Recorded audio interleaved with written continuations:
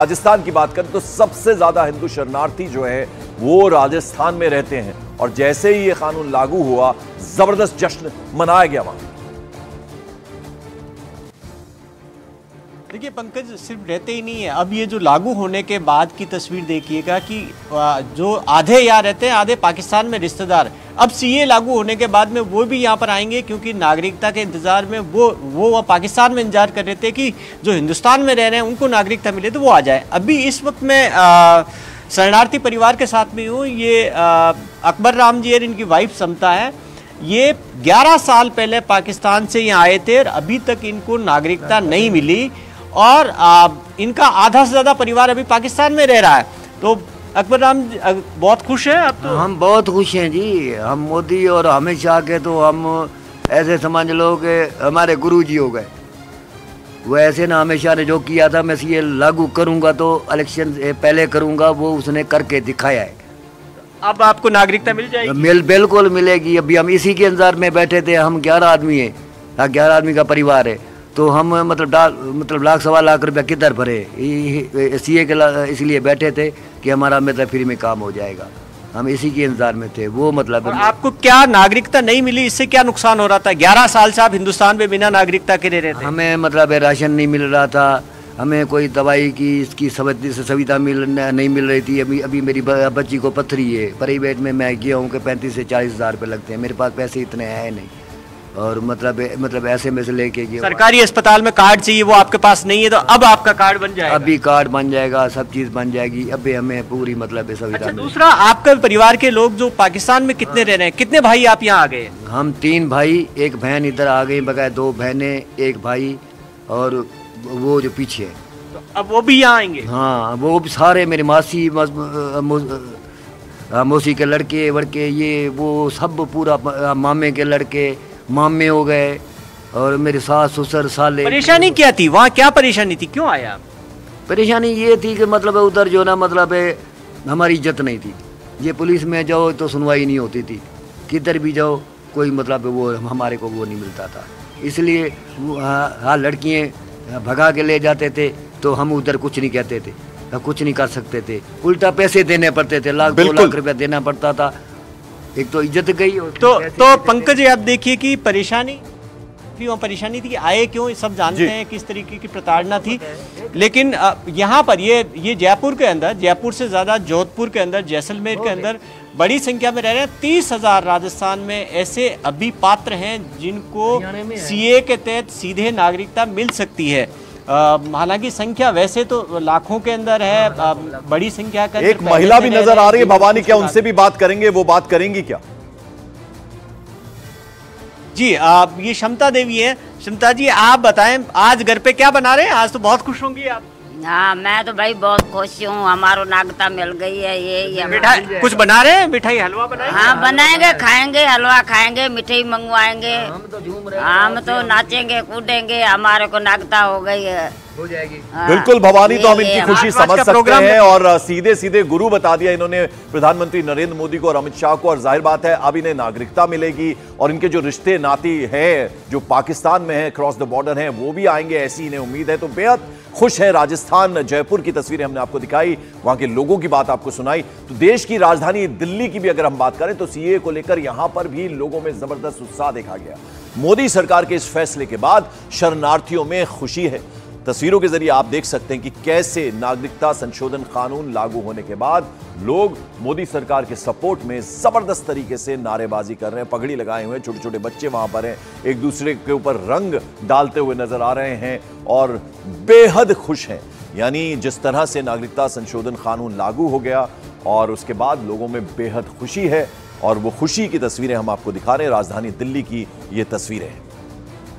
जावेद मंसूरी हमारे साथ इस वक्त जुड़ रहे हैं। जावेद, बेहद खुशी यहां दिल्ली में भी जो शरणार्थी रह रहे हैं उनमें।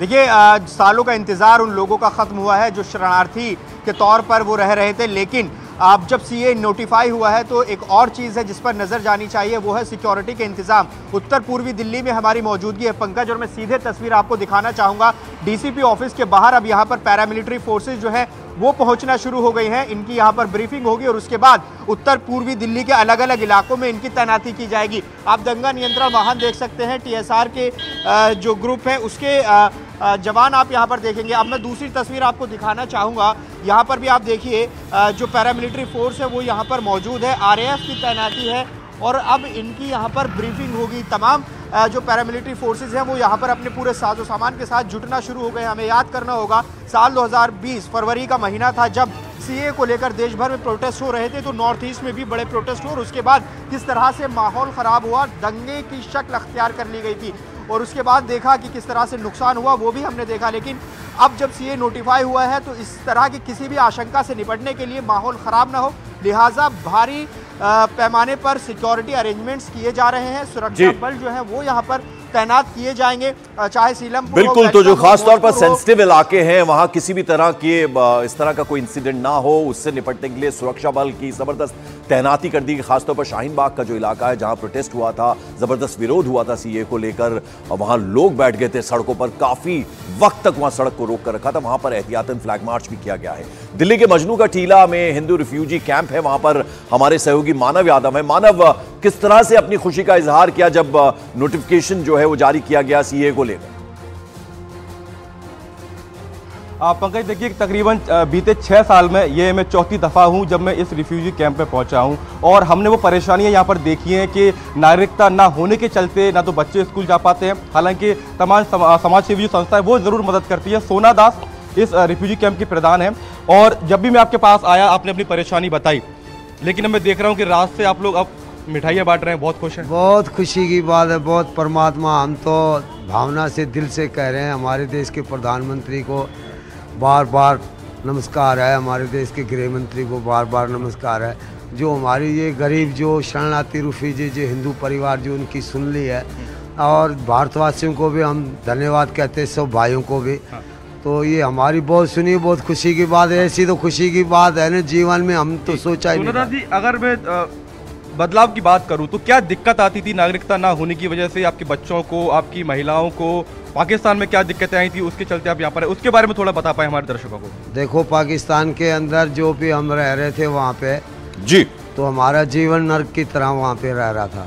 तो पाकिस्तान के अंदर जो हमारे वहाँ पे बहू बेटियों की सुरसत रहती, तो क्यों वहाँ से निकलते, हम घर बार क्यों छोड़ते, हमारी जन्मभूमि क्यों छोड़ते? और भी अभी भी हमारी जन्मभूमि वही है, वो परमात्मा जो है ना, जीवन तक हम भूलेंगे नहीं, मगर छोड़ना पड़ गया ना। बिल्कुल मानव, तो जो लोग हैं वो अपनी भावना व्यक्त कर रहे हैं, उनकी आंखों में आंसू हैं, लेकिन वो खुशी के आंसू है। किस तरह की जिंदगी उन्होंने अभी तक जी है, उन्हें उम्मीद नहीं थी, लेकिन उनका सपना एक तरह से साकार किया है। देश के प्रधानमंत्री नरेंद्र मोदी का धन्यवाद कर रहे हैं, गृह मंत्री अमित शाह का धन्यवाद कर रहे हैं। तो लगभग हम अलग अलग राज्यों से, अलग अलग शहरों की तस्वीरें आपको दिखा रहे हैं, जिस तरह से सीए को लेकर नोटिफिकेशन लागू हुआ है उसके बाद बेहद खुश हैं लोग। वो शरणार्थी जो यहां भारत में रह रहे थे, अब उन्हें नागरिकता मिलेगी। उधर नोएडा में सीमा हैदर ने सचिन के साथ नागरिकता कानून लागू होने पर जश्न मनाया। उन्होंने पटाखे जलाकर और मिठाई खिलाकर एक दूसरे को नागरिकता संशोधन कानून का सपोर्ट किया। तस्वीरें में आप देखिए, सीमा हैदर अपने पति के साथ नजर आ रही हैं और जबरदस्त तरीके से जश्न मनाती हुई नजर आ रही है। नोएडा की तस्वीरें हम आपको दिखा रहे हैं। नागरिकता संशोधन कानून लागू होने पर अलग अलग जगहों की हम तस्वीरें दिखा रहे हैं। ये नोएडा की तस्वीरें हैं जहां सीमा हैदर अपने पति के साथ पटाखे जलाकर जश्न मनाती हुई नजर आ रही है। देश का प्रधानमंत्री कैसा हो? और जरा अब आपको गुजरात लिए चलते हैं। अहमदाबाद में लोगों ने नागरिकता संशोधन कानून लागू होने पर जश्न मनाया। इन लोगों के साथ वहां के जो एमएलए हैं वो भी मौजूद रहे। इस वक्त गुजरात के अहमदाबाद में हमारी मौजूदगी है और सीए के लागू होने के बाद आप देखें किस तरीके से यहाँ हिंदू रिफ्यूजी कॉलोनी में रहने वाले लोग घरों से बाहर आ गए हैं, इकट्ठा हो गए हैं और इनके लिए अब वो मौका आ गया है जब ये फाइनली सेलिब्रेट कर सकते हैं, जश्न मना सकते हैं। ऐसे कई परिवार यहाँ पर हैं जो पहले या पाकिस्तान से, सिंध प्रांत से यहाँ पर आए हैं और यहाँ रह तो रहे थे लेकिन नागरिक नहीं थे। और अब जब ये बात सामने आई है कि सीए लागू हो रहा है, एक एम्पावर्ड कमेटी को दिया गया है काम जो क्रियान्वयन इसका करेगी। हम लोग के लिए शायद समझना भी इस चीज को मुश्किल है, लेकिन वो लोग जो 30-30 सालों से यहाँ रह रहे हैं, नागरिक नहीं है, अपने बच्चों के कुछ काम करवाने के लिए, स्कूल में एडमिशन कराने के लिए, अस्पताल में जाने के लिए एक नेसेसरी डॉक्यूमेंट होता था नागरिकता। अब 30 सालों के लंबे इंतजार के बाद वो इंतजार खत्म हो रहा है, सीए को इम्प्लीमेंट कर दिया गया है और ऐसे में इनकी खुशी का यहाँ ठिकाना नहीं। कैमरा पर्सन सुनील यादव के साथ प्रियंका कांडपा, न्यूज 18 इंडिया, अहमदाबाद, गुजरात। और आइए गुजरात से अब रुख करते हैं पश्चिम बंगाल का। पश्चिम बंगाल के उत्तर 24 परगना से भी जश्न की तस्वीरें सामने आ रही हैं। यहां सीए लागू होने के बाद मतुआ समुदाय, इसमें जबरदस्त खुशी की लहर है। मतुआ समुदाय बांग्लादेश से पश्चिम बंगाल आए रिफ्यूजीज हैं और आप देखिए किस तरह से, प्रधानमंत्री भी आपको मालूम होगा जब बांग्लादेश गए थे तो वहां मतुआ समुदाय ने उनका जबरदस्त स्वागत किया था और उस वक्त एक वादा प्रधानमंत्री ने किया था कि जैसे ही ये नोटिफिकेशन लागू होगा, किस तरह से अब आप देखिए अब नोटिफिकेशन लागू हो गया है तो लोगों में किस तरह की खुशी है। उत्तर 24 परगना पश्चिम बंगाल की तस्वीरें हम आपको दिखा रहे हैं।